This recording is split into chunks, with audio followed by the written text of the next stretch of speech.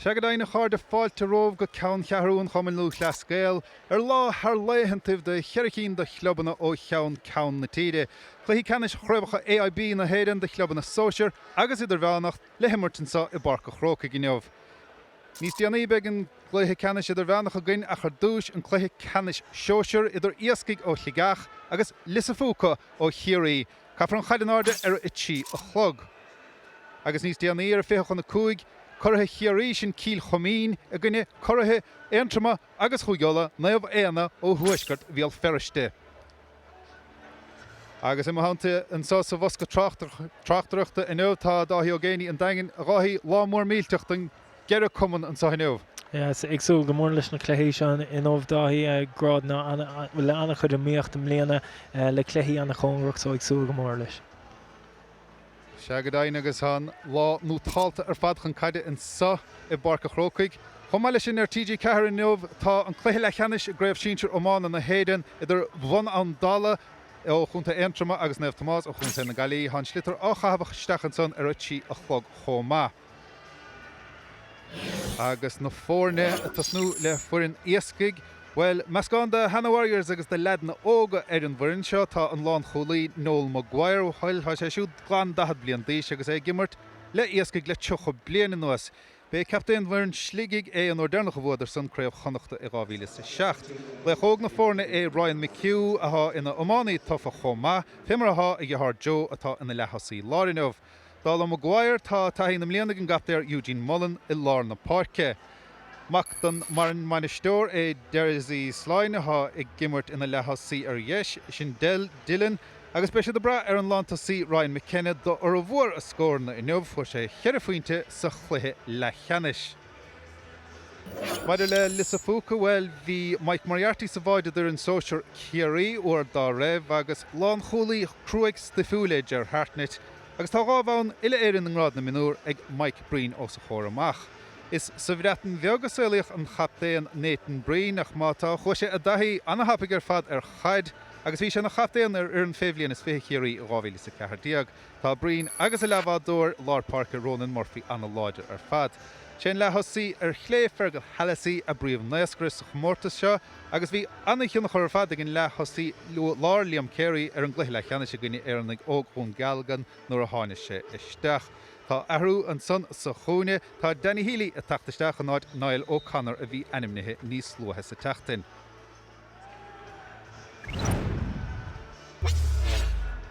Mar sin an réitóir Paul Falloon ó chunta an dún agus fémar mí sa rá a gáthí an lá nútátar fad chun caidansa. Is ionach an lá Dáithí hamig féchant ar gáfáin an sanna is dal an cóngrach go leor lena chéile tá Beaufort tá Lios Phúca an san aláidir tríd an lá agus agsúla rudí móra ach go thar Liam Carey an agus mar luigh tú Ryan McKenna an son ní bháin go fuair sé ceithre pointe san Chluiche le Ceannais ach fuair sé 3 pointe chomá in ag Clambar agus Emmett Healy a fuair héana 3 an lá sin so beidh siad agsúla rudí móra uig in ómh. Nach mór olmh chun caide agus chun caitheann sa I barca chrócaigh na fórne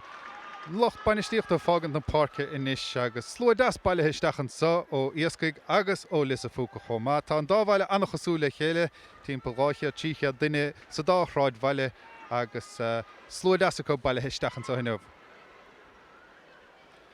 Bert Lár Parke an son agus fémar derm sin nach mór olmh chun caide an son Eugene Mullen agus Mikey Gordon ó Iascaigh agus Nathan Breen agus Ronan Murphy de Lios Phúca.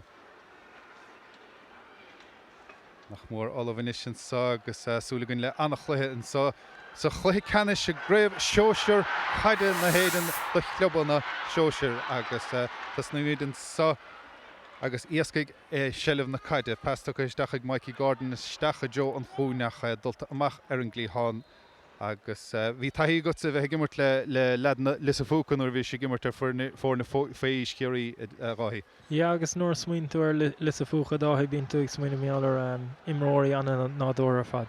Caid das isteach an son agus is sellh feachtaigh Joe McHugh an son iad Saul san á leis an caide agus iad dul siar inis Lorg an spásan nach blacáil maid déanta ach sellh fachtanta ag Rory McHugh de Iascaigh. Iascaigh go dul chun cíine is agus McHugh ach sellh na caiide cailtin sanige agus seoin chiad des ag Lios a Phúca dul chun cín agus dul ar chlár na scór tá sé ag Mike Breen. Fémar den bhábháin minúr ile éan ag Breen agus nuair óg tufa ar fada sé hé siúd. Well suas in Cluiche an son de Danny Healy agus fachta inis ag Fergal Hallisey.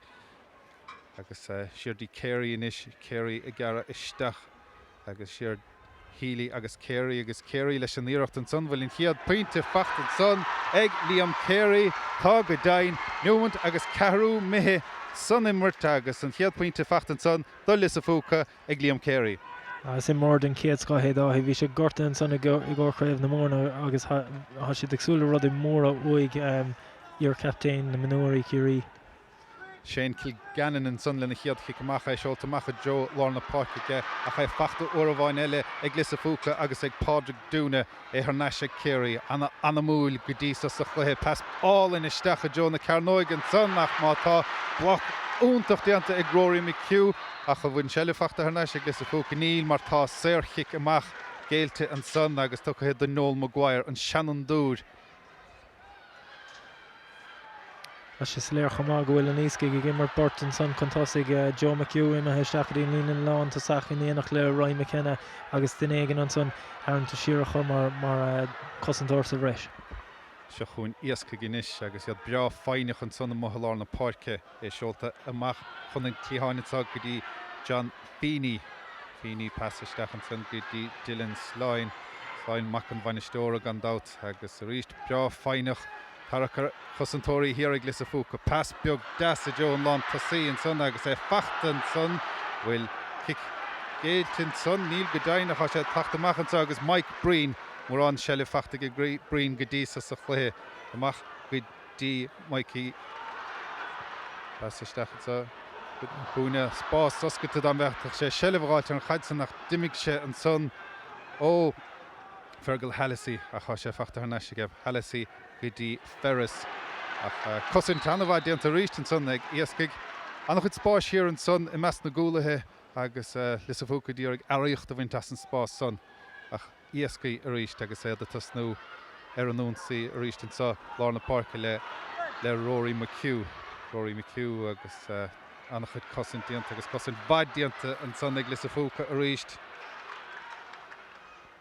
Tá sé inis ag Ronan Murphy a dul chun cín ach stracha chun talún an son chalís déanta ar Ronan Murphy ach an immert breas go dtí sa. Ja, ní léon fatíos ar an ceann san imróí an son an líor a scoile agus an kickáil úsáid annach chud spás an agus cuméan siad leithna ag geoidh siad deisna cinnte. An chalís déantar Mikey Gordon an son de Iascaigh agus séir glóirte chuirteach Gordon an son go dtí Joe McHugh ach an sellh caiilte uirmháin eile an son ag McHugh agus cosin anna dhéar chúiseach déanta son ag Lios a Phúca ach fachta Ceannais uirmháin eile ag Iascaigh agus an dárin tá sé tógan tamil ar socrú síos agus sellh cearta gáilte i gaiid. Ja, caiigh siad pís beag níos mó fáinne léirú ach is dóm go raibh an trú an son ag Joe McHugh nach raibh an mar contosaigh I láthair agus ní féidir an derúda dhéanamh go bhfuil an chomórta seo an grád idirmhanach ó an uirigh. Healy inis is sellh na caide agus siar go dtí Dúna pas isteach dro Mike Breen a ríist tá sé dul ar núnsaí an sa an lecholaí lár pas das isteach agus fachtan sa Ciarán Kennedy a dul Joe an bhaide Ciarán Kennedy le iirecht an son nach tarachar chosantóirí hir ag Iascaigh agus deisechas son an dainséir a chosc agus dul ar an núnsaí as de hénig. Bhí seans maithan son ag Lios a Phúca ar bhaide beidir go raibh sé cheartcha a faointe thógant. Seans den scoil stólam go raibh siad ar gá chóirla an son a gáthí bhí duine ag an aice leis an son beidir go raibh sé smaoineh ar faointe chumá ach ní féidir an derúda dhéanamh go bhfuil híana trí fáite ag Ciarán Kennedy ag raibh na mún agus beidir go raibh sé ag smaoineh meáil ar an líontáin a bhriseach chumá. Se mar sin Iascaigh chuinis ach uirmháin eile an sellh caiilte cos sa líne lán tosaigh agus tá sé sin tarla cúplabáta dóibh go dtí sa san immert Lios a Phúca inis ar an únsaí le Murphy le pass láimhe isteach son agus caiid fíor sceoch isteach sa chúine an son bhfuil sé fachta níl an chaid tééis an rás áirithe san a bhuachant ar Ciarán Kennedy agus cíimiad an báide an Satharin nó an iirecht ar bháid an Satharin dó Kennedy. Yeah, nummer Dean an son here agus you know better ag an amse den cléthe nachhfuil sin níos fear just chuné chuir thar drasna nach Iascaigh rá an taobh seo. Se mar sin seo chuún Iascaigh ríist in son féidir le son an chiad scór dómh san gháil chaid mór fada I deo na Ceannais an son agus fachta an son istigh ag Emmett Healy anna fesisteach ag an son fachta ag an lántasaí inis Ryan McKenna Siardaí Healy amachchan sa sa chlíthán go dtí John Feeney a dul ar ruthar beag de hénig gach a ríist an feinis an Cluiche gáthí áthas point fachta ag McKenna inis McKenna ar ruthar ach lagíireacht ar deire an son nó an blacálacha níor blacálach lagíireacht an son ag Ryan McKenna. Yeah, agus is dul an Daithí an smaoine bheitá leis an bort an son le stig is chun iad command an son is stig in éonar agus an líród fada scoile isteach chu feice mid ar an de seo ag Ryan McKenna an son agus is dul an ghfuil an citóigh teálaigh chun an de sin a bhaintach ach a siad a scoile líród isteachí an bort an son a stig in éonar agus is smaoine an Iascaigh ach gan an taíocht ní ar bráid sé mar like ha dinne sa bhreis hir ag lis a Phúca tuisciúil an cosintúir sa bhreis mar ag an Easkey comma. Baile beag lis a Phúca fé bhain na gruacha dúgus bheithtá hir aine hen dí Craobh túhail gáiltíad an tráid baile son. Iascaigh is baile beag coscósta é sin in ar chuisgurt Sligeach agus is lis a Phúca tarnún sí an soile Ronan Murphy a ríist agus Ronan Murphy má chinse a fer britisteach sa chúine tarachar spáis an sa ag Fergal Hallasí inis ag dul siar agus tarachar chosantóirí siar a ríist ag Iascaigh agus iad sanna dírig an brín stoppa inis ach brín tugann sé pas láimhe de dúna ach a ríist bouta bháin eile stóla an fáine san gur luas a ráthí a sé tepar an dá ar an godíise ach go háirithe. Pas eile isteach a Joe an Bert Tosaí an son ha sé fachta ag Joe McHugh agus pas alta mach sa chúna tugadí Mikey Gordon le iirecht ar faointe agus a bhfuil faointe fachtan son ag Gordon Neil ar chlé agus ar fóríl ach bhí deis son Iascaigh a ráthí. Ja, ha sé anna simú godíise is cléthe fihileá arsúla ag na gáfar na godíise fech mid Mike Moriarty san agus anna chun oberdéanta chain san taobh suas an son leis an cic amach gar agus le fersa bhreis san ní dá go mór an brúar Mike mlíana ar inóh. Se mar sin Sean Kelleher sellh na caiide an géadúir nuh agus tugann sé a ríist uair a bháin eile de brín fearrá tééis annachchud cosint agus annachchud úntaí anna pas dasisteach a Joe na Ceannais agus dulta an son go dtí Healy fachta ag Healy ach an bhfuil an chairige casan sé isteach tugann sé pas láimhe an son de Pádraig Dúna trasna bíal a bháile agus an coile builtige agus an bhfuil báide fachta an son ag Ronan Ferris tá báide fachta ag Ronan Ferris ach bhí cáirige ó rinne dus na cosantóirí an son báide fachta ag lis a Phúca tééis 9 muint glan idir glog. Is dólam go raibh an tá san le Fergal Hallasí gur tháinig an líród híos ón cúlín san mar bhí Ferris an son istigh in éonar agus is buile mór é sin de lis a Phúca. Buile mór dó bhéh mar bhí deisina agus a bharc tócathe an son ag Ronan Murphy ólach caiide láh seolta ag Ronan Murphy lá na parc agus seo chuún lis a Phúca ríist agus Liam Carey garan sé slí bháin garan sé slí eile Liam Carey le iirecht ar faointe agus an pointe san fachta ag Liam Carey bhí mar a caiinte ó chéanamh gur meach anna hiúnachir ag siúd ag an gluthe agus an dar pointe fachta ag Liam Carey is gan denúmatí mithe fós a chléthe. Stálam an is go méid seansaigh lis a Phúca sachrú síos beáin agus bhfuil níos mór brú an son ar an Easkey chun an líród a scoile isteach so stálam gur iiric sé sin níos mó le lis a Phúca agus le héad Ronan Murphy an son siar chun líródaí mar sin a glanna suas. Annachchud ibre déanta ag Ronan Murphy os ag go luas an sanna ó ceann na parca go dtí lis a Phúca fear eile gohfuil chion hain díanta ige Mike Breen a dul ar núntaí inis. Mike Breen pas isteach a Joe an lán tosaí agus fachta istigh an sonige casanse, builinte, bhfuil pointe eile fachtaige, pointe anna bhírá fachta ag Ciarán Kennedy an son. Cóimmirt úntaach an son ó lis a Phúca agus buléad go raibh taithí chu bheith gimmert le chéile le tamil. Asléir, agus is dul man bhd níos fearr an son ag Mike Breen thóg sé an líró díoch suas go dtí an blancéad mar dearfa agus é scoile isteach an son go deas fáin isteach go dtí spás an son go dtí Ciarán Kennedy agus cé go raibh anna chuidir mórí ina hánta an son bhí sé ná an puinte a thógáil go breslach for. Agus sile fachta ag Iascaigh sa Craobh scóir gáiltómh hénig tapping nó beidir go néalóch an chluithe sa bhatha. Cearraí tóca hin san nach an sile tóca bhatha uair bháin eile agus é fachta Tharna sé ríiste ag an bhar Breen le caid mór fada eile Joan Lán Tosí Kennedy é fachta Kennedy Miho Kennedy éime ar an dalamh cé gheoige inis as an ráscar agus an chlibertin san Iascaigh go dtíor a glána agus é fachta deire ag Iascaigh agus ag Mikey Gordon a héana ruthar éanaar a troch chalís díanta an son Mikey Gordon agus díorhan go méid cárta do gahéigeantain sa dul lis a Phúca agus do fádraigh dúna. Stolam más rud a go raibh an cléthe níos cóngraí seans go méid sé go bre agus stolam cé gúil siad sé faointe chun tosaigh bhíon réiteach chun cárta thuirtá agus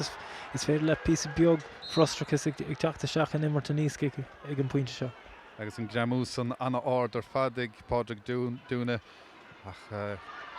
pas fíorsceochan Cearraí fíorsceochan is agus é fachta ag Kevin Duffy don ghéadúir neamh Iascaigh agus Kevin stracathe chun talún Cearraí Kellinsa agus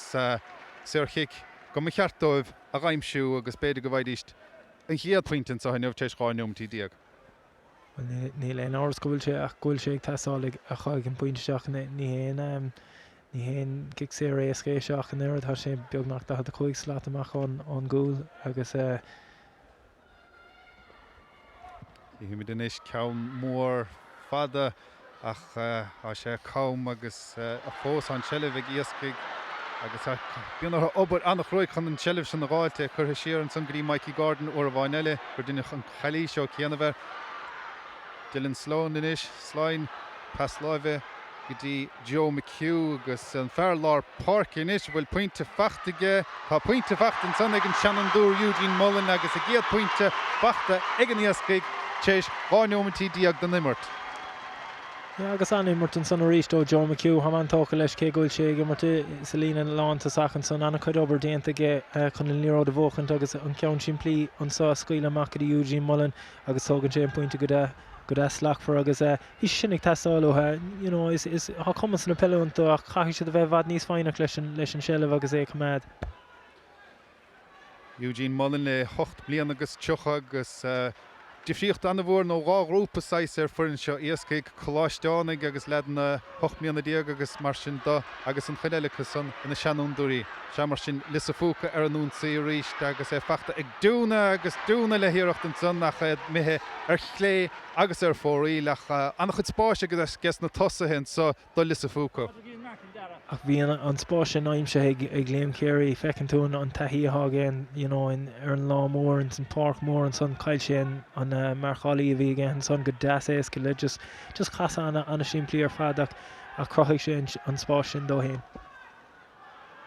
Mar sin cicamach agus céráine lá na park é fachta ag lis a Phúca agus ag Mike Breen uair a bháin eile agus Breen fémar hadí an cúplabátaige chur isteach Joe Kennedy leis an pas láimhe isteach Joe na Carnoige ach briste síos ar ábhar agus inis iirecht an son agus iirecht ar faointe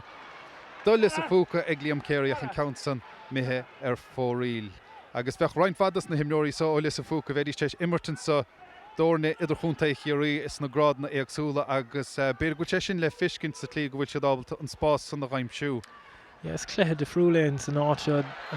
rathaí agus bhfuil tú éis immertan sa riomh uanta há sé dechar láh an uachtar ar méid spás a mín ar fáilde. Lindsay mithe ar ruthar an san agus é tucha do Mikey Gordon aige. Gordon is seileamh an sáistigh sa chúine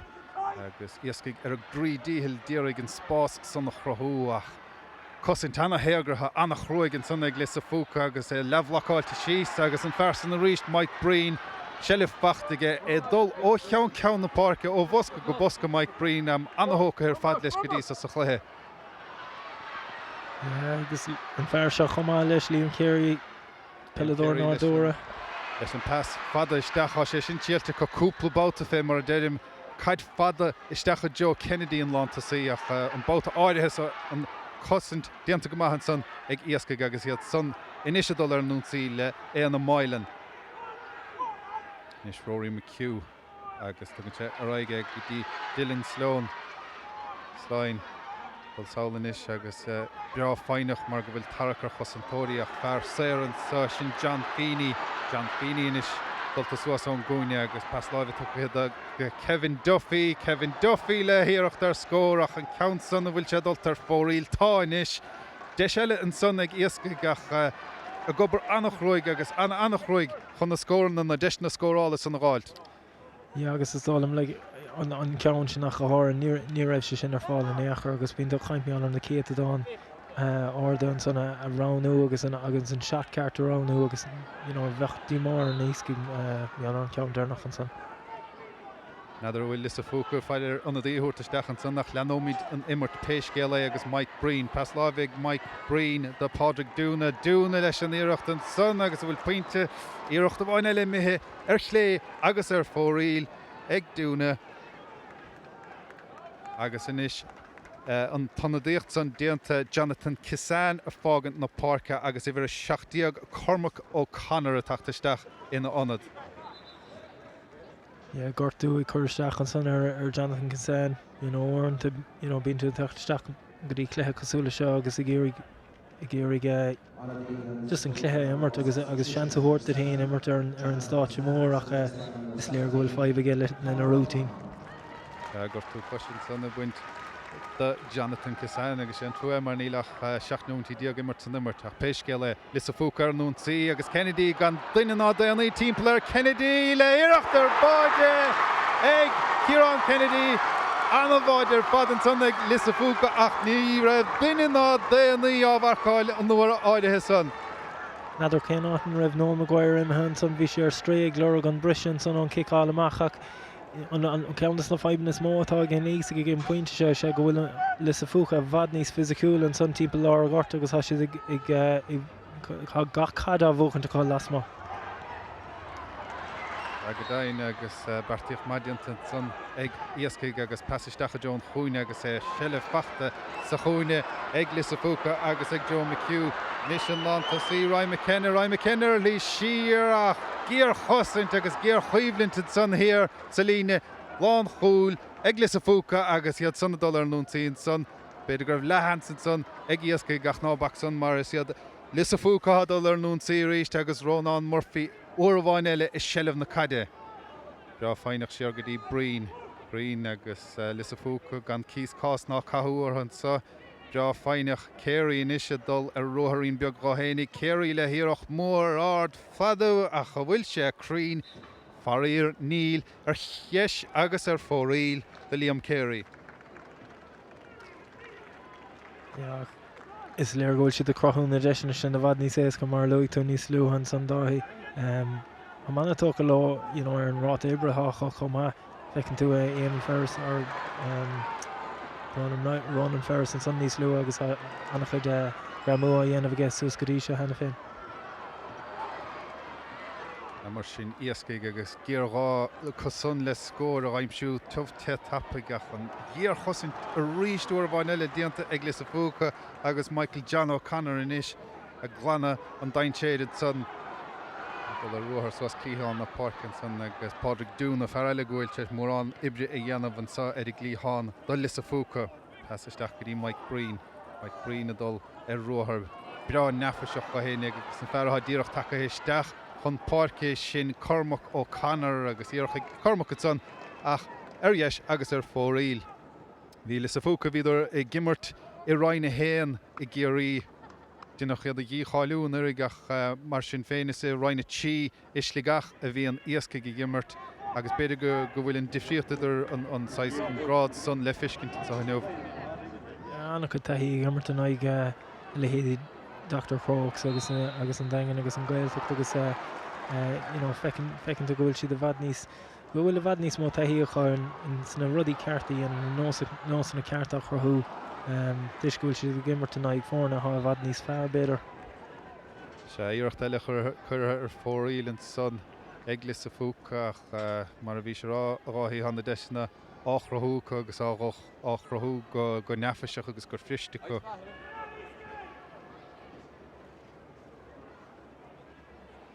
Agus bhfuil siad a se le bhór bhain eilinn sa tága dain agus tá sé feachta hílí inis dóibh agus adult siar Joe Breen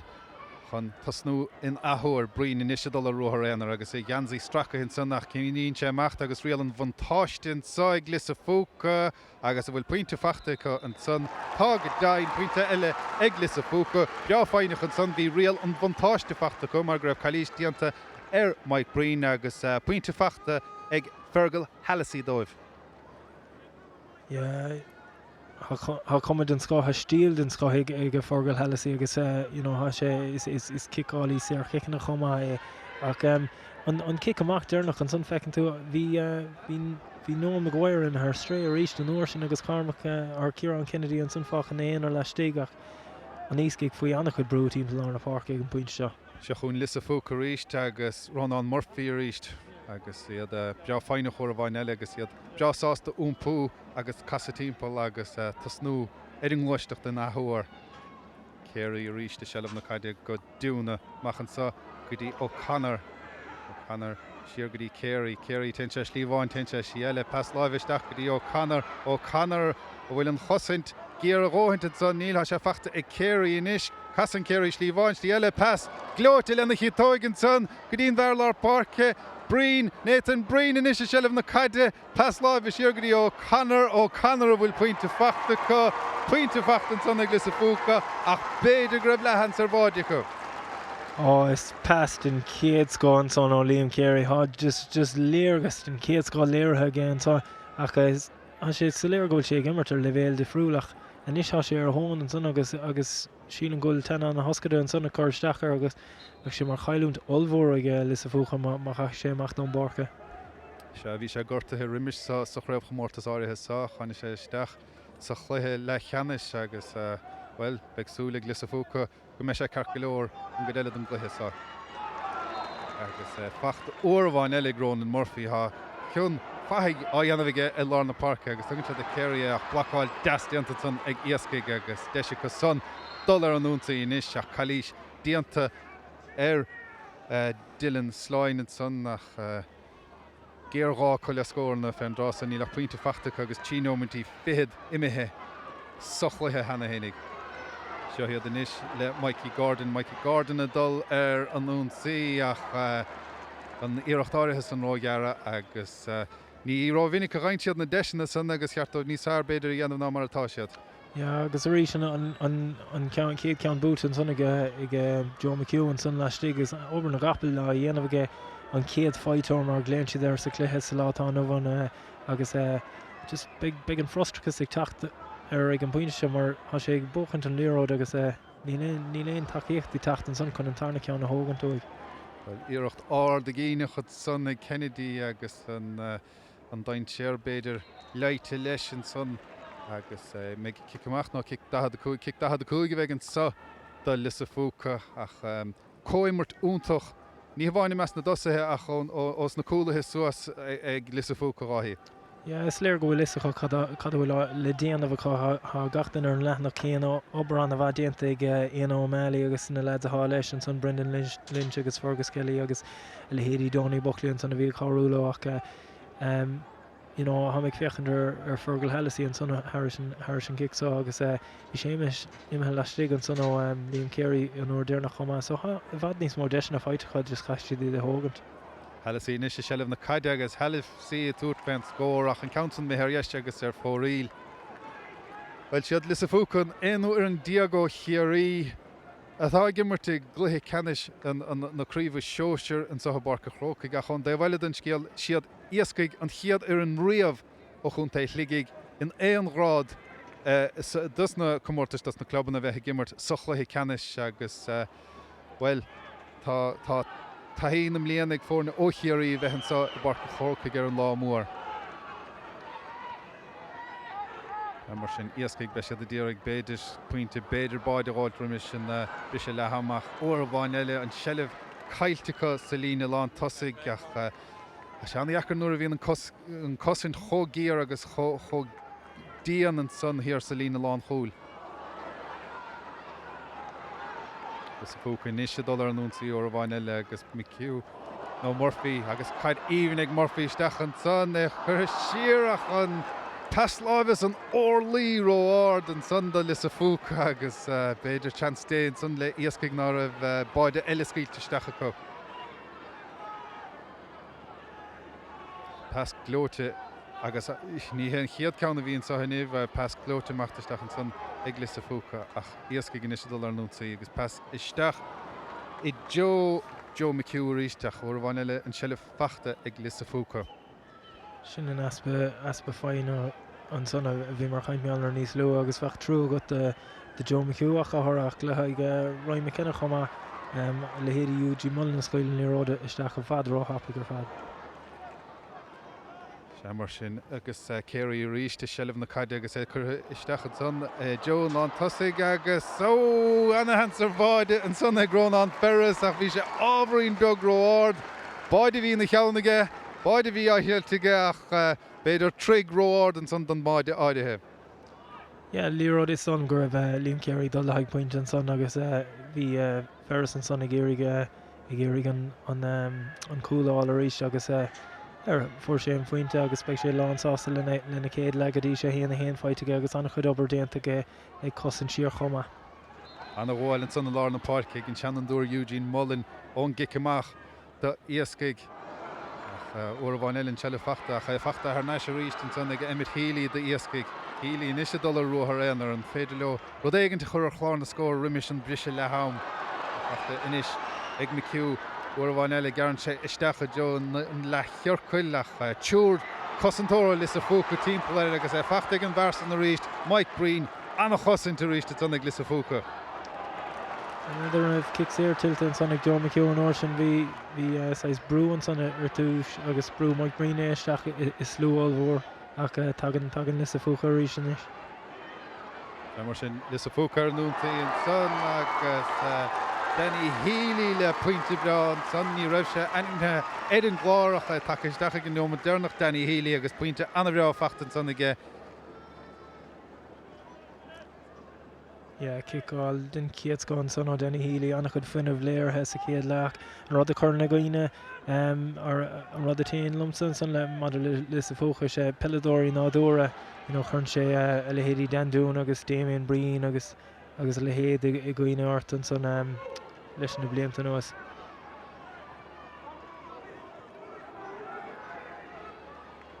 Iascaigh inisise díreach dul ar núnsaí le Eugene Mullen I chionnhéná dhéanamh bhí don immartá agus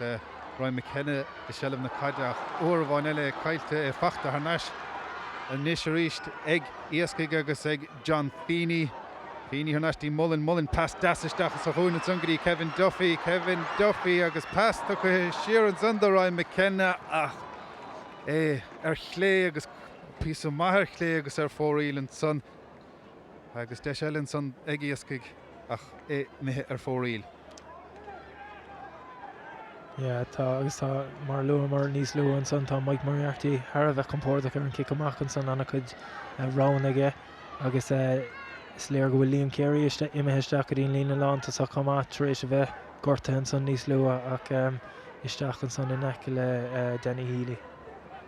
Nómant bhain am cútah gortathe a bheith I gcuineann sa I barca chrócaigh sa chluthe canis do chraibh Sóisear na héireann do chumann Sóisear a gcuin agus lis Phúca ar núnsaí pas bra eile isteach Joe Ferris casanse tíalanse casantíú báta ach an raibh cailíos diantaige ní raibh ach an seileh cimáta roiid de Easkey agus chance David ó bhain eile son le Iascaigh ach chance go son inis dul ar núnsaí. Anna chud cred bheitsa ag dul Ian O'Malley an son ag sé an obair háidéanta ige leis na tosa lis Phúca tá sé déanamh anna chud rothna anna bheith trasnánach trasna béle bháide an son agus tá isig na lads an son amach I lár na park a ghfuil siad ar fáil os chóir an báide agus anna slás scuileiste. Se cárta buí fachta an son ag Noel Maguire Níos gom go cinnte chuna héamh go bhór sé an cárta ach cárta fachta ag Noel Maguire agus Sligeach an Sligeach beidir Iascaigh go maith ag Fergal Hallasí do lis Phúca agus gan an botún diant an son ag Fergal Hallasí agus dó hochtain is ar chláir na scóir lis a Phúca ganach an 10 pinte bháin ag Iascaigh.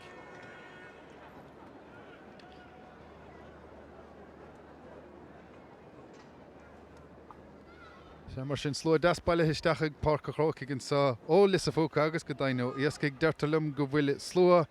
ag baile in Iascaigh go féchan ar an gluthe sa cheasalinn in Iascaigh agus churmídára menachtaí siar óthúig an san chutha san.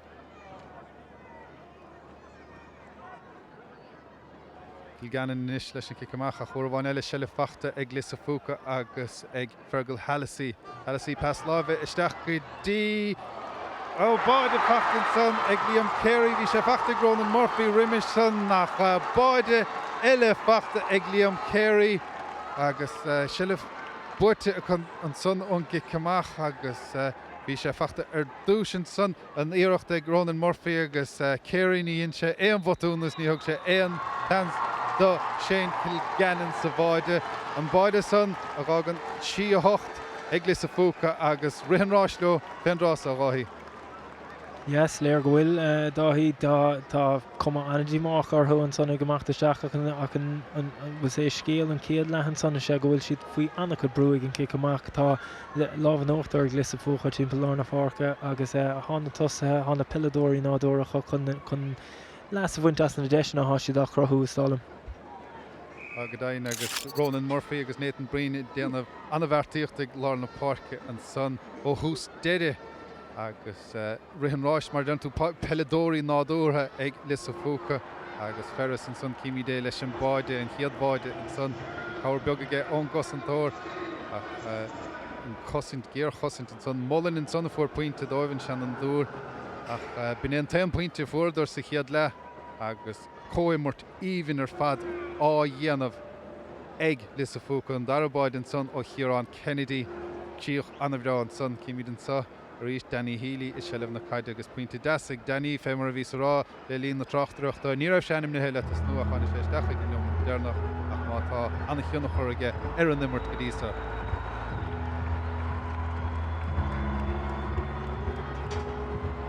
Scíimiid a ríiste son Halasí le séir chicanna agus rudí mar sin ach na báidí gin an díomháil agus cóimar san cíimiid an son le Ronan Murphy leis an iirecht é sábháilte an máideoir ach mátá bhí Liam Carey san áiti ceart agus gandát ní raibh an dara Hans-Weig. Mar sin na scóir le hamann sa i Páirc Chrócaigh lis a Phúca tí a hocht Iascaigh éon pointe bháin áit ag an éonáid beidh an dara lethagainn gan éon rómhaíl.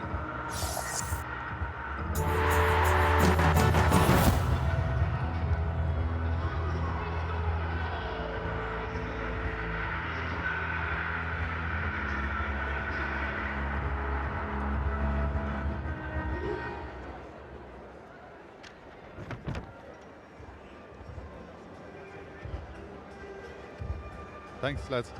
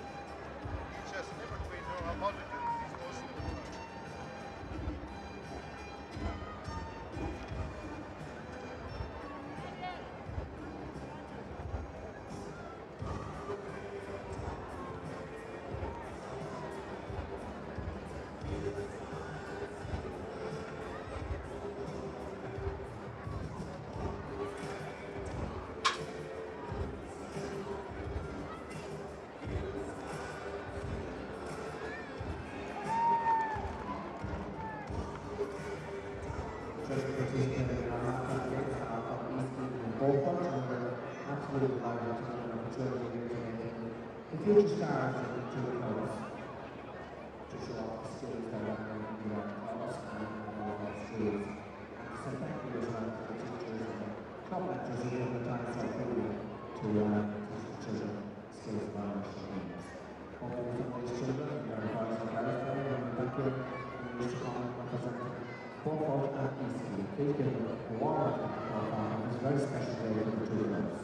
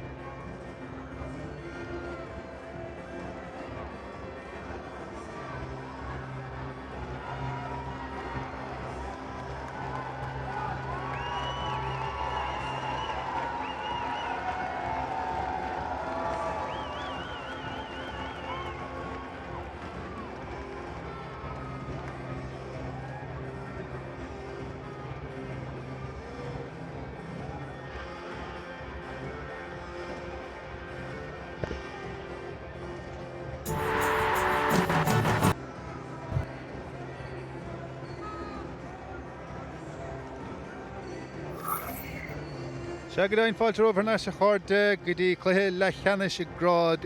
Sóisear na héireann idir Lios Phúca agus Iascaigh ó Sligeach.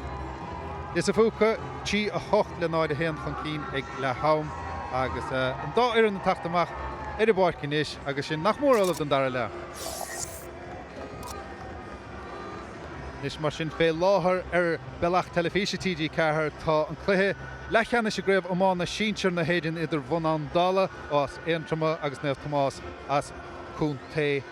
na Galí agus níos déanaí an sa ar YouTube Spórt TG4 beag an cluiche Ceannais sa chréibh idir bheannach idir Chill Chomín Ciarraí agus Neamh Éontrama. Agus a gáithí tha sé an cluiche éon taobhach go maith go dtí so cad is féidir le Iascaigh i dhéanamh chun an barna san na laidú agus chun crotaigeint le dearbh chur ar chláir na scór. Yeah, well, I mean, níl háis a go héan go bhfuil sé ná a chu gnó chorch an Iascaigh agus you know, rud éigen íanamh sa cluiche nó bheidh sé thart agus bheidh sé me agus bheidh siad go mbeachta bhailean son you know, gan mór anna dhéanamh. So is dólam ar an ggéad sí caiith siad an rát ébre a feabhsú sin an céad rud agus in éanaach lei sin caiith siad an seileh a chamáid a siad scaoileisteach a bhadró tapa cé go bhfuil Joe McHugh ag bhuachan anna chud leistigh an son, but just chamáid an seileh há park a bhadró mór agus just, you know, deisinaí a thógant agus an son, you know, beidir go meach cluiche gan. Agus a bhfuil inis sa dara le agus seileh fachta ag Nathan Breen de Lios Phúca agus iad a tosna hiríist ar núnsaí ar hapa tarnach anna bhartaíocht déanta ag Rory McHugh do Iascaigh inis agus Iascaigh se iad sanna díraigh an chiad faointe an sa dara le a gháilt agus fós ag Rory McHugh anna ruthar anna bheith sin tugadh sé donna ghearr Joe sanna Joe amánaí crothananta é Joe McHugh bhuaigh sé chun labhraí mar le Sligeach in na Rigeach Peisceile an seileh fós ag Iascaigh an son agus ag Kevin Duffy a dul siar inis agus pas go dtí Eugene Mullen inis Eugene Mullen go dtí McHugh ríist agus anna aine anna chuid éan im meorí tar ché siar ag Lios Phúca agus duine dus na himmeorí breise an son hir sin an Fairlár Parke Ronan Murphy agus Murphy bhfuil hí for a bhór na fórna siar an son ag Lios Phúca agus an únsaí áirithe an brise síos acu agus se lehéananig inis ar an únsaí Lios Phúca agus iad san tíochta chun cín agus pas álainn isteach an sanna Joe Healy ach begáinín róad agus fachta ag an báideor Kilgannon ach pas deasabhethe anna chuú tamála anamh Kilgannon an saha misneachige ach mar sin héin ag chur amach go dtí Dylan Sligeach agus ábharín daintéireacht san ón báideor Kilgannon. So an go siad léir déanamh le héad mar sin lá chuna go mar 9 morgan ag gáil pointe an son an teachtain scarte so is dá an ghfuil cad a cháine se bhfuil. Well, chuna mar cad gin mánas bronacht an spedéal sa chluiche le Ceannais sa chréibh idir bheannach ach níl ormid fé sin beidir se mar sin Noel Maguire ar an lúnsaí an sa an seanún dúr dulta chun cín díorigh an scór san na gáilt do Iascaigh agus Saoirchic Brownta Ed. Yeah, so an go sé bhd níos fearr an Easkey go tús an cléan san an níos mó foioine bhá si ag obair níos cruúig tá si a cumad an líródach fós éon cúpla scóirí teálathe. Ryan McKenna le caid mór áisteach Joanna Carnáige a cha fachta hir an son ag Nathan Breen agus anna bhartaíocht anna gháil deanta san ag captaíon na fór Nathan Breen agus tucha de háartnet in isige. Nathan Breen fémar dúirtá chéanamh rugach agus cha sé tíb blianana díag dá héal subhreat an bheog agus an blascainte agus leanna bretan na bige agus le Ciarraí ach mar sin héin anna martá anna bhige an sa chluiche Ceannais ag an gaptaíon Nathan Breen. Lios Phúca ríis le Mike Breen deirtar le ná le an ghail atara agus iad a dul chun cín bra féinach a fachta Ciarraí inis Ciarraí tócha sé chudama casa sé isteach agus leis cé meilin son tá sé dul trastan na park agus tugann sé bhaige ar deide agus pas an sa saoil go dtí Padraig Dúna inis Dúna le iirecht mór fada Green ó Padraig Dúna anna faointe ar fad an son faointe bean áúr an son ag Padraig Dúna do Lios Phúca agus is iad a ghain an chiad scór an sa dara le. Yeah, it's pointed in Iascaigh sin is has sin a dhéanamh Padraig dúna an san leis na blianta beag an ús le Lis Fúca is coinm go maithe ag déanamh faoi is chuma agus ag sin lán sása leis an ceann sin ag túsan tarna le. Mar sin Iascaigh gnéis sellh na caide agus an díochtá dhéanamh có ag Iascaigh tá idir 7 James Lindsay deirtar le fágan na parcin sa agus Bernard Feeney a tachtasteachta Iascaigh sin James Lindsay an lechúlaí lé fágan na parce agus Bernard Feeney tachtasteachan chun chanceáilt suchlaí Ceannais. Dáithí is dóm ní féidir linn deúdaí anamh chumá go bhfuil anna chu taithí bailthe na leid ó Lis Fúchan sanna gimmart le Ciarraí lár chumá sa Craobh chomórta sa Géirí ag gimmart sínseach le héad Liam Carey agus Mike Breen agus le héad agus is dóm gúil sé mar cartacha bheith ag smaoine meallar beidir Peile Ciarraí a sríise leistigh de cúpla bliain so an tá chaim meallar scona Peladóí cé go bhfuil siad a gimmart sa grád sóisreach. Se go dainn agus bhuaig Lis Fúca Craobh Ciarraí lá an san gábhlíonn as sa chéile gábhlíonn hin agus feimar dantún taithí sanna cach idir núnsaí inéis uair bháin eile le Fergal Hallasí ach anna chosint díanta san ag Mikey Gordon hir a carúla an na gúlathe agus uair bháin eile Iascaigh go dul ar núnsaí agus Kilgannon well cha sé bhaig an chaid anna hapig an báta san seachas san Uairdernach agus Iascaigh gnéis dul ar núnsaí so as clíháin na páirce agus a dul ar núnsaí le Joe McHugh. Séar an iscadí John Feeney agus fáinne bra has pointá pósadul chun cín an son clíháin na páirceach pliasc do ghóile fachtan san agus chuthe trasna an taimhlíonn son. Lá mar se chumá le hanú glór Ciarraí agus lads le taithí chun seaamh suas agus anna chu déanta ag Padraig dúna go dtí se agus beidh sé lánsása leis an méid a chur an CV géanmh. Hallasí inis dul chun cín, bhí sé ábhar ciún sa chéad leach mar sin héin a sé san nimmart gomór an sa dar le níos mar sin dúna agus dul ar núntaí ní dúna ach Carey agus puinte eile bhfuil puinte fachta an son ag Carey. Tá sé chónáúr tha thug sé an puinte son ar a bhfuile gan cíos cásná cathúir agus báide agus cheir cín de faointí níos fachta ag Carey de Lis Fúca. Agus íorhead den scothige agus fechan dún san ghfuil sé gá taobh chumach just búnam second hógan chumach chun páirt a bhí ag Nathan Breen sa scóir sin chumá an tóca leis agus na slíon am rion sé an cléich chumán sé gachrad sin plí há sé ag tógan na leid eile isteach sa cléthe agus is ceanar amachchas mache. Se go dainn agus ceann an chineire a dhéanamh ige óláir na páirce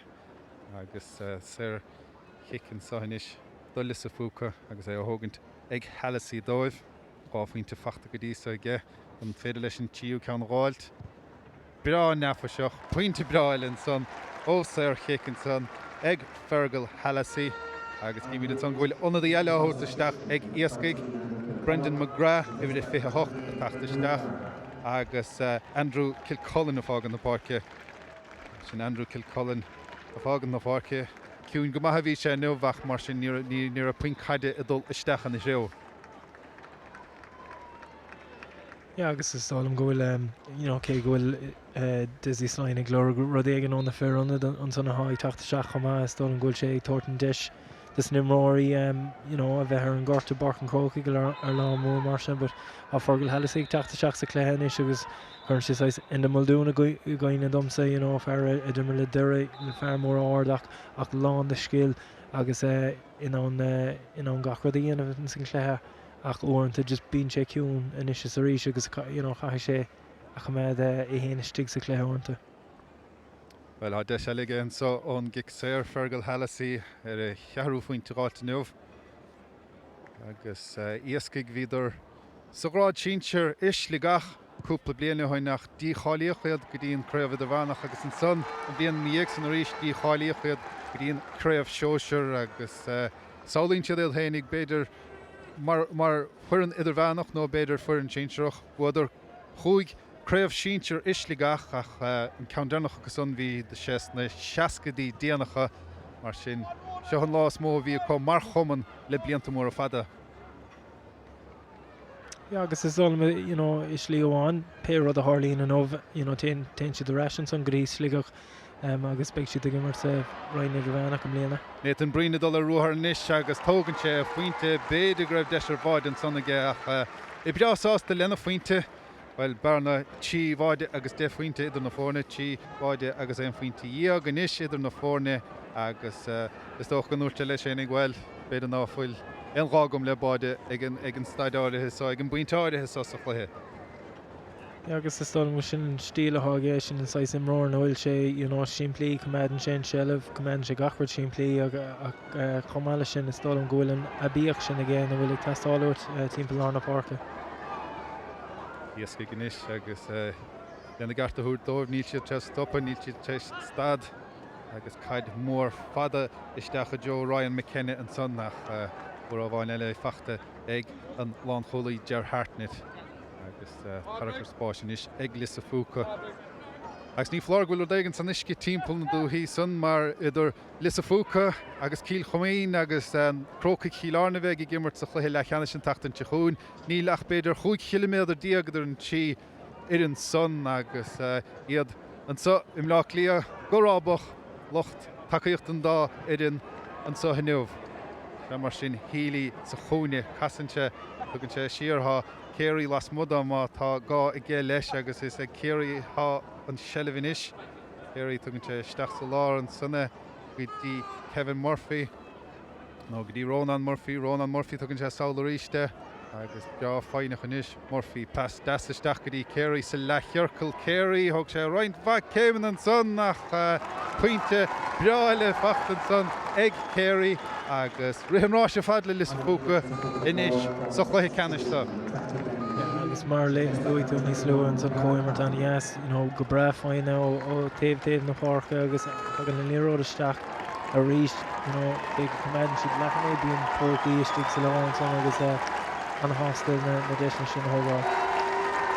Gar multach was san de Danny Healy ha se fágan na parke agus dar a caí tachtisteach na áit agus chun héin díanta ge sochlathe se agus cóhardachas aanamh leis sa líine. An díochtéile a dhéanamh ag Lios Phúca chomá James O'Reilly a tachtisteach agus Jeremiah O'Sullivan na fágan na park níis agus fémar dúí seo chéanamh ráhí de seút don banéile fad immert parca chróca gniuh. agus Seán Caffey taréis teachta seach an san na an mech lá Mórdha Lios Phúca in éon gan ceannas na caffeís ar an park agus big Tim Caffey an san bhí sé mar rán orla leis na munóirí géirí rain bliantó hin le petó sé agus beag sé lánsásta leis méad a hafeice go dtí seo. Beag go dain agus chudas na himróirí só be siad well á láh gur an áda go maithe coinneamh de Peter Kane agus do bhainisteoir Sóisear an chunta chomá dulchan cín ham cinnte go bheith míad gansaí chiaí ar gine nóberta háile fiscinint sa haneamh. Chur cóise díanta an son Emmett Healy agus chuir Emmett Healy ábháid agus sé faointe go dtí sa chréibh do Easkey ach níl rihamrá an éair leo sa chluthe sa bós héin há sé dulchan cín le Ryan McKenna Iirecht an son faointe agus a bhfuil faointe fachta ag Ryan McKenna níl hín ile anagéir ar fad ach mar sin héin thug sé fé agus is tócha ná raibh a bhhailrá i ggé sa faointáide sa an gluthe. agus is an instructor an óirtha géirí comá beag an Craobh Idirvana craobh na hartar tús mí beotain agus beag áméige annachchud is nó mórí seo dúrúisteach ar chósaí le céirí láran san Craobh chomórtas níos déanaí sa bhbliain agus an méad hafeice go gorí seo big céirí lár ag tacha lád ar ríis mléana. Annachchud caintá dhéanamh ar an brise mór sanna bhíon idir aber na Craobhacha cúnta agus an na Craobh na mún ó Craobh chúgála. Dóla gur anna bhí vantáiste sin deirean ar bhín siad a ddíraigh an momentum chimád suas. Is dólam ghfuil gás éúir hí a géirí ag an pointe seo há ceannaigh tús na blianan san bhfuil an Craobh club áimmartigh na club na sínsreach agus an Idirvánach agus an Craobh Sóisear agus an son níos déanaí sa bblion tagan an Craobh cúnta go láidir ag na mróireach fecinn dún san anna chud imróirí go mac go dtí Meiriceá agus ag tógan brise an son i grí lá an séúir so chaithú mar bana sure is stolen caiith plan all haige sin ach is mí buntáiste amach smachtas na móí hasisi gurí cadimar til lá an táraigh agus beidir gomach sin níos fearr fiú an commórta seo chríicnú leistigh den féile stolam. Se go dain agus lis a Phúca dul ar núntaí uair eile le Murphy pas das isteach I Joe an líne látasig an sanna sé fachta ag ferris inis. Ferris a dul ar ruthar éanar I Joe an báide níl duine ná déanaí timpplair ach tas láimh an sundalta ar stré ar lis a Phúca agus bhfuil an sellh cimata in sanna céirí ró ada bed ná foiileach an sellh caiiltige péisce le agus Iascaigh gníise dul ar an núntaí uair eile le Maguire an sean an dúr fémar a dúirt bhí se na chatéan ar Sligeach nuair a bhuaidir Craobh Síintear chuig go chonacht an nuair dernach a 2007 tá an ráis leis an sahaineh ach Iascaigh fós go dul ar an núntaí agus dul ar an núntaí Kevin Duffy Cassantéis siar de Joe McHugh Tamánaí díreach an áda san éire chuig I Counson agus ní dólim go raibh rihan ráis leis an únsaí son ach fós an sellh ag Ryan McKenna de Iascaigh agus Jasló scór éiginteáil, báide éiginteáil an sa dara le. Agus an fearlar páircan son Eugene Mullen a tuairt fé bé a fuair an puinte son Iascaigh sa chiad le ach an Counson ar chlé agus ar fóraí. Bhí Cluiche fan bhá déanta cháin san anna chuid cóimmart an san idir na drothach ar Ronald McHugh agus Joe McHugh agus is léir ggóil muín caiilte chá oscóir an báide ag an puinte agus a scóirí testála le go ghúil scóirí testála ach le go muín sinna a bhúscailt comma agus níos mó fuinna bhthirtómh stá an ghúil ceanú goch tappaí testála. Well an chaid a chahabhnáid gin réiteóir an sommar ná raibh an cosantóir fada a róhaint ón máideoir Mike Moriarty nuair a chiáid an chaid san amach.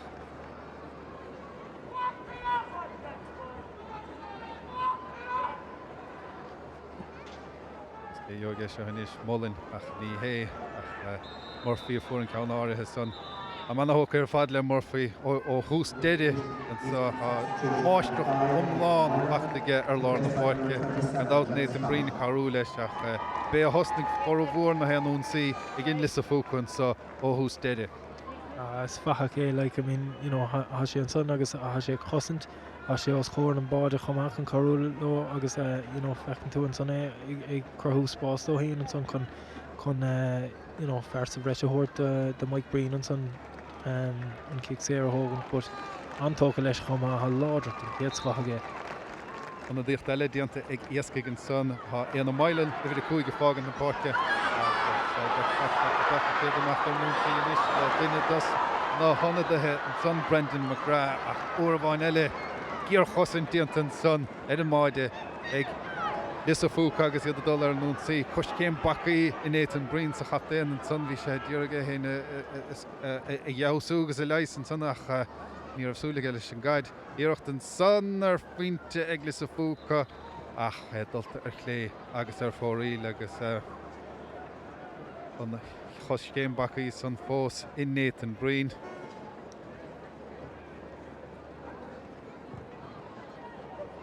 Mach go Joe an chlíháin an sagus Noel Maguire is sellh na cadinis pas tuig ón bán cholaí dín látasí Ryan McKenna fachta inis uair eile ag dúna agus beag Lis a Phúca ábalta dul ar an únsaí a ríist leis an látasí Ciarán Kennedy báid agus puinte fachta Kennedy hena héin sa chluthe agus fós an son mó ar an lína 15 pas das isteach an son ag Murphy Ryan an sathe sa chúine ach ferris agus casa timppáil puinte nó an puinte an son níthe ach clé ar fóraíl ach anna chud deisina áscóráil agus anadaí eile á dhéanamh an son ag Iascaigh i bhrí fithe dó Jonathan Conway a tachtasteach ar an Orcanis agus son céim bacaíar bhfuil há sé fágad an páirc níos agus ibre hochtíag de Lis a Phúca sin Pádraig O'Sullivan a tachtasteach ach chuna chaptaín dianta ag Nathan Breen sa chluthe sa chluthe Ceannais fémar a bhí sa bheachtas ar fad dóibh. agus is léir raibh sé gorta chuma ag amachú ón parca ach Pádraig Ó Sullivan isteach sean an dóir eile leanach chu taithí níl an gróig fada aige hiile ach is an ghfuil an pell fós aige.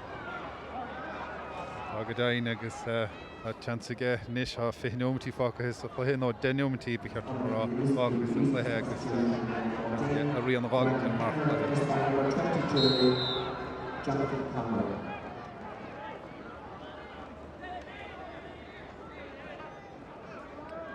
Agus lis a Phúca bhfuil bhí cúpla bua mór chu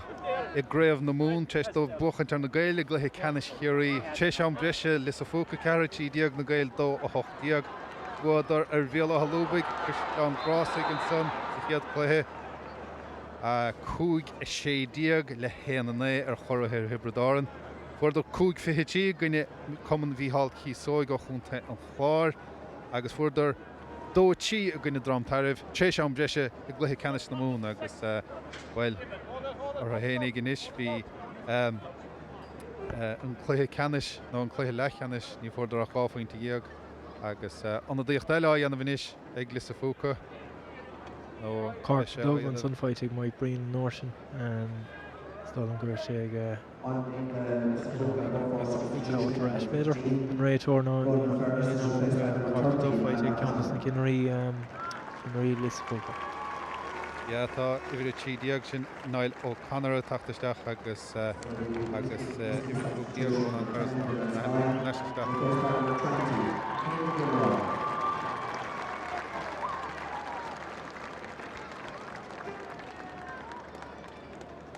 agus scata anna dithe a tachtasteach inis agus idir déthe fágant na parkin son Dylan Sláin agus idir fihe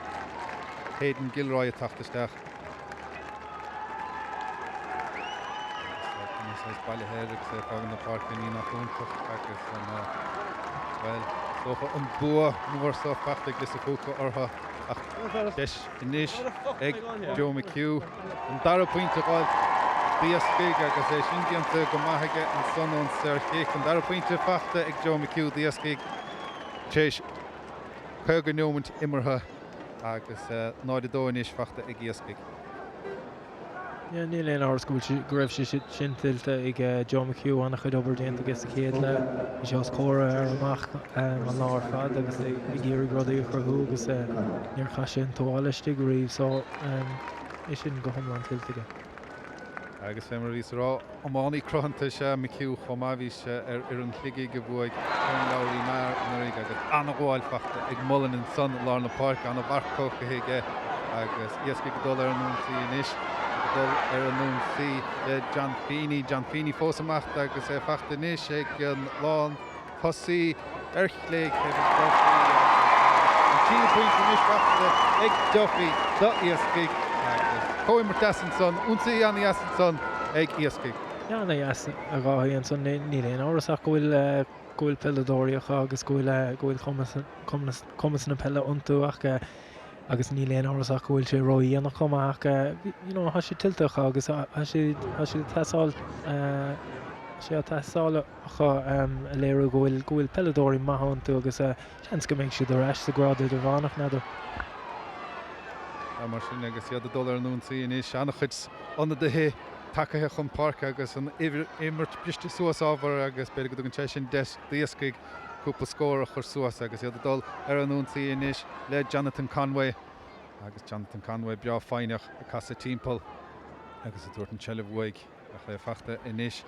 ag Rory McHugh agus Rory le iirecht an son ar faointeach mithe ar chlé agus ar fóríl Rory McHugh Jehard de Joe atá ina lehasaí lár Iascaigh gninmh agus a fuair pointin san os ar chic ní fada ó hin.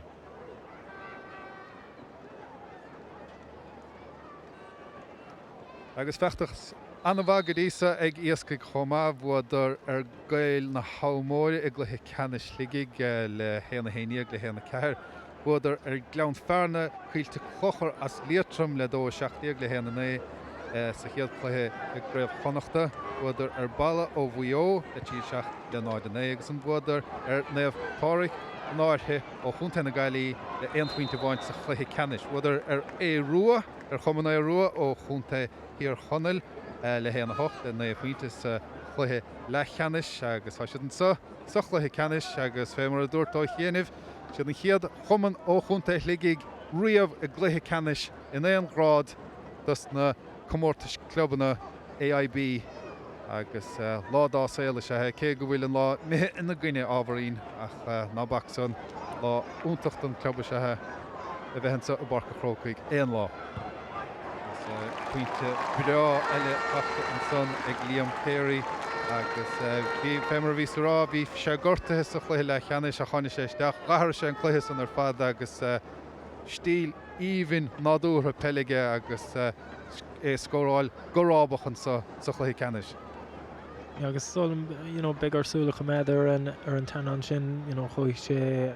sios a céad le an son nach fiornádúm is Peiledúir an céad scaithe chamrá. Bhí sé gimmarta fuair an minúr an chunta, bhí sé gimmarta fuair an féimhlíon is féthe agus bhí sé gimmarta fuair an seoinseir an chunta chomá agus bhfuil an slíthe sé gimmarta an sahainmh an hans go me sé ar naisin sa barca chrópaigh go réigean. Iascaigh inis ar an ónsaí agus iarracht mór fada an son ó Emmett Healy dó sé frachtaige go dtí sa bheachtas ach an ceann uair bhain eile dulta ar chlé agus ar fóríl ag Emmett Healy.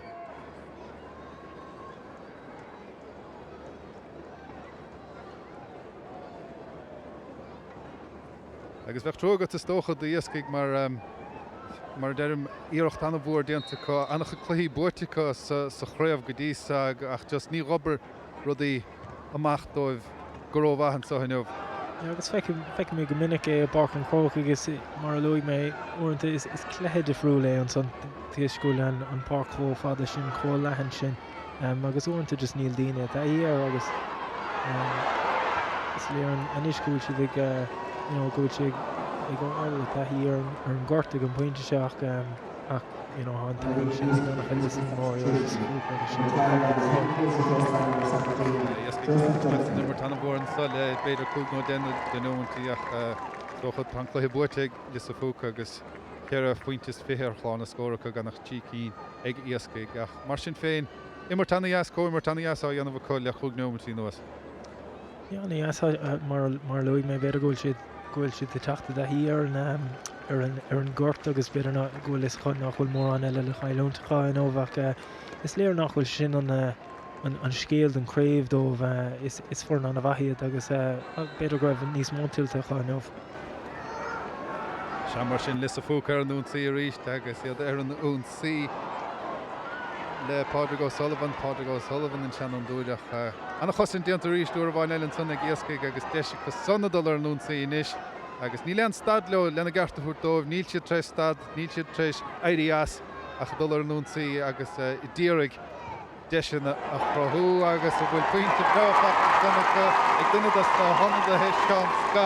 Jack Scott deis pointe anna breáfach an son agus an cearú pointe ag Iascaigh inmh agus an pointe sfearthachta chuinmh. Agus an ghfuil an Easkey ceart feice goin na cóig námat an ús ach stal an go raibh néimróirí an son ag lis a Phúca inmh I mar tharm sé bhí Mike Breen, Nathan Breen run na mar chuú Pádraig Dúna bhí ar nótáilt ar fad an cethir chasan ach má léach na himmartha inmh is an fearr sin Liam Carey annach chud scór na fáitige a sé just ar levéal agsúil inmh agus antála lis a Phúca gúil sé a chá agus is go méid sé ag féach ar levéal níos iarde tá seach idir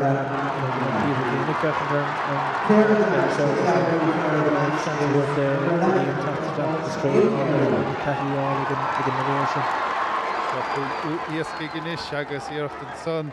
ag John Feeney dóibh John Feeney tachtasteach san nimar chomá ach an ceann ar fóríl chomá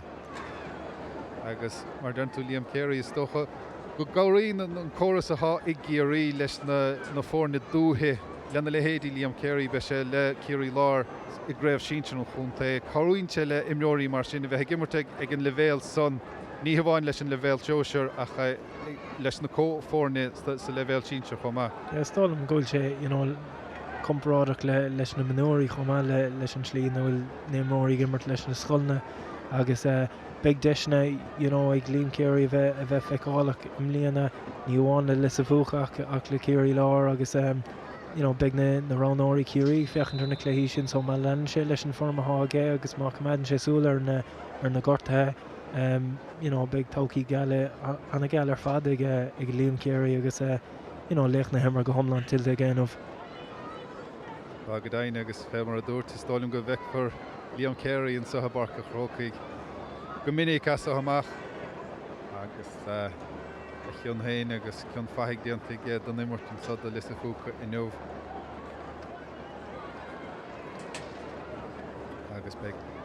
Tríómint am cúteamh gortathe a gcuin an sa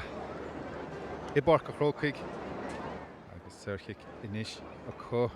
an an bearna san a bhíadú bugáinín beagáile agus bhfuil an puinte san fachta níl há sé mithe ar chlé agus ar fóríl ach ná bach san tá bearna mór róhaint ní dólim gur a bhean countan a chu il don scór áirithe san ach lá mór do lis a Phúca agus lá mór do chomainn chiaí chomá. Ja, agus chuann siad tain leis an lista mór fada há gan na géirí leis na chorair in san Craobh chomórta seo agus beidir second na hógan chun rud ag an rámheálar Mike Moriarty agus Jar Hartnach a thór agus méid Sóisear hatá chuá go lis a Phúca agus mar loitú is lá móra agus is lá speisialta agus cé go bhfuil bearna mór idir na fórna ní déanaine sinnéon difriocht le héad Mike Moriarty agus méid blianta catige I gimmart leis an club speisialta seo. Se go dain agus Iascaigh gan isise dul ar an nún tí agus bhfuil sé tunna dírig scór eile bháid agus scór agus siú scór bháid mar Chrócaigh mar ní minic a ghain imróí seoisireachas dócha deis I bhí héan I murta Barca Chrócaigh ach I bhí dó scór a gháilt agus be sé sin le ráigéil lena lenaí agus lena le chlán nach chuine agus a glán siúd a ríist is dócha.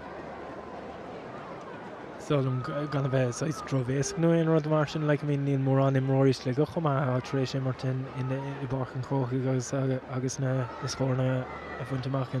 in san park seo chumá so bheith sé anna hástal lena chuid in Nómh.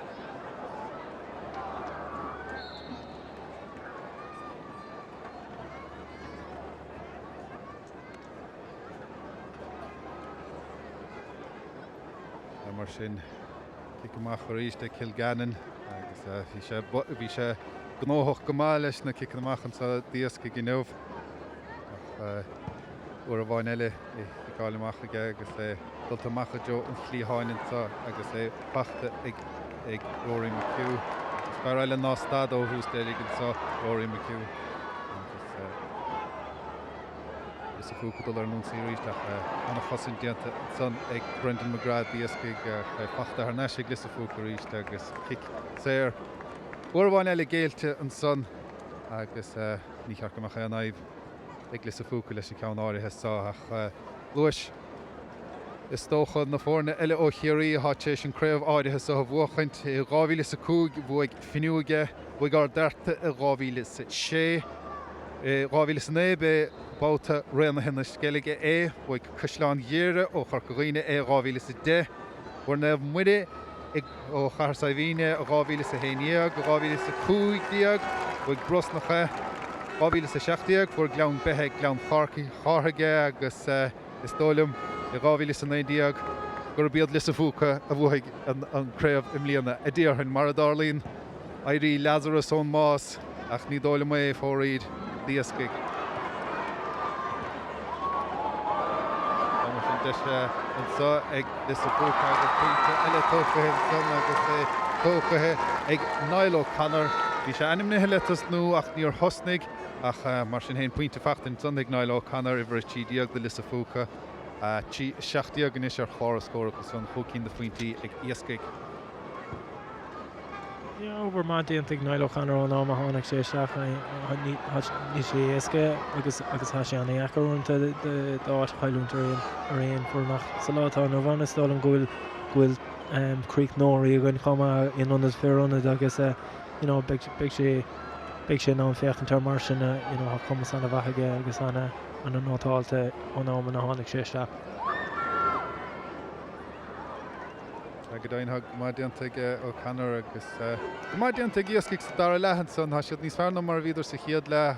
béidir méid an ráite go raibh an cluiche buaite hena hénig ach mar sin héin scór na fachtacha agus deis na scórála fachtacha chomá agus an tíóman tam cútih gortathe imi héis agus déirhain go bé seo an chicamach díanach mar a scaoilann sé le antíomh an scaoilann agus siad Lis na Phúca chorathe Craobh Sóisear Caide na héireann do chumann an lúth Iascaigh agus tílte go maithe Lis na Phúca ó chórsnach Cílárne ó Ciarraí lár agus iad a barbhí nuamh sa ó hús deire a bhaithí agus lámór míteach an gomanna nuamh agus iad curtha leis an list na mór fadasan do chumann Ciarraíocha a hátéis Craobh Sóisear na héireann na bhuachaint. Yeah, an céad cool an son for Ferris and son hánig she is on pulla ó Fergal Hellasaí ach is dal an am sin a raig you know hí an Easkey tréis pí beag mórtas chailúnt agus muín chailúnt. Gadain agus fórdar na bádí san ar fad sa chiad le mí na báide ó Chiarán Kennedy an son agus an tíú báid an son ó Cearraí beidir gur smuttaná leis an cabhanáide san ach Cearraí ó hús deire bhí sé chócún pórdach ar an gaiid agus tógant scóranna ar a bhfuile ar fad. Bhí henúna gur beocha sé mar leach na himmartha. Yeah, agus is all you know, I tackle during Cluiche better grab fear on the tackle stack again. Let's Phúca Connig and Easkey go actually stacks the Cluiche agus later, you know, grab for an anavahi agus you know grab an out to Cluiche canish tiltach agus you know big loyal like an Berach murder agus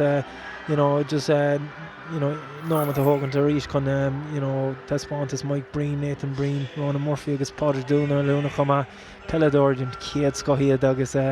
agus is dal grill you know an the Miller Tucson Sóisear again point shot them blian agus you know Sóisear gala at a macro rompo chama stalum nachhfuil mór an fun of Kyle kind of Se agus an scór déirnach an sáthe barca chrócaigh Lis na Phúca tí seachtaíag Iascaigh Sligeach cúig faoin de faointí agus Liam Carey an son fógar inis mar leach na himmartha chomá. Ceannais Déanaí an sa ar chanéal YouTube TG4 beag an Cluiche Ceannais idir bánach again idir cíl chomín Ciarraí agus neamh éana ó Aintrum Cathrún Chaidenáird an son ar cúil ar a fiche chun a cúig agus feig an nasc don Cluiche áirithe son bhfuil be sé sin ar fáil ar Twitter agus ar bhealach YouTube TG4 chomá.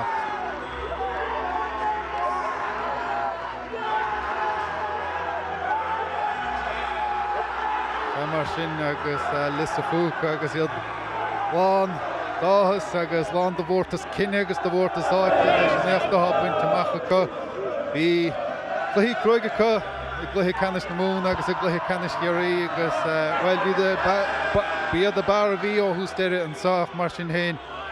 Écht buinte machacha club beag tuathe as pobl beag tuathe agus an lá is mó is dócha sochraíomh buirtecha an sa. Agus cíimiid an son for an Iascaigh agus iad is tócha dímách agus iad críomhriste ach begláile chu agus mar a deirim a sé bhí átha bheits a Craobh Sóisear is tócha Sligeach be siad a grád níos iarde im líana ach be siad a dtíar gáitisteach sa gáil tíintear ina dhéag sa.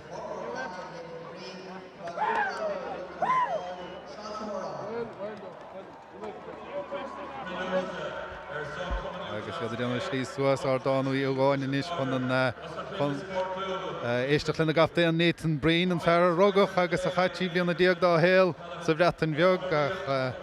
éolah inis chun an coran a gáardach Craobh chomórtas Sóisear clubban an na héireann AIB.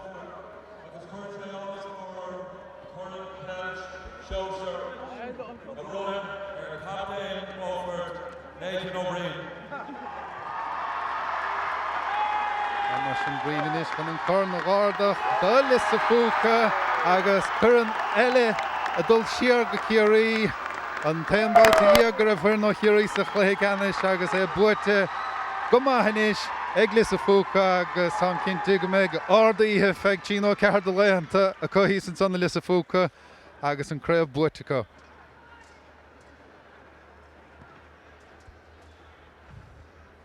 Thanks very much to everyone here today. Hard luck to Easkey. Hopefully this isn't the last opportunity you get at something like this. Commiserations on today.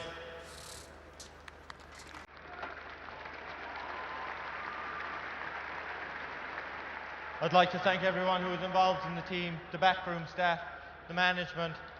Maurice Foley, Brendan Lynch, Fergus Kelly, and the man himself, Éanna O'Malley.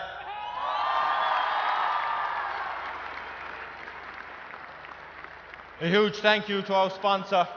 with the last 15 years, a very proud Beaufort man and a fantastic guy to have around the field 2 or 3 nights a week. Please put your hands together for MF Decorating, Maurice Foley, everyone.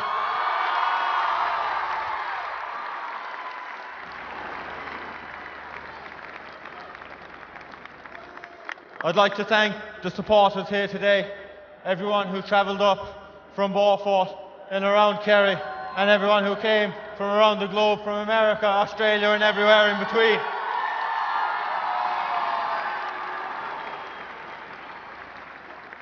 Last but not least, I'd like to thank the 45, the 46, 47 guys that made up our squad here today. The sacrifices these guys have put in, the hours of training since last April has been second to none. Please put your hands together for the best group of players ever in Beaufort.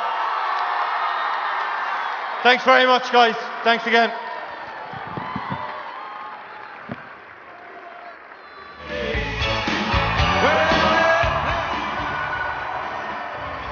Dragadain Lisa Phúca, Thurathe Craobh Sóisear Caidan na Héireann den Géadúir agus Club go Cluiche gaptéan Nathan Breen. Nadabe Nathan Breen an Céad duine do bhain na Bratan na Bige Gardaigh Cuppa in Ordán I Ógáin. Féiscéal é beag an Cluiche Ceannais de Craobh idirbhánach a gcuin gan Rohil an sa bhealach YouTube TG4 agus beag an nasc don Cluiche áirithe san fáil an sa YouTube agus chomáile sin argúntas Twitter. Mar sin, bígí linn níos déanaí, slán go fáil, Lisa Phúca, Thurathe Craobh Sóisear Caidan na Héireann.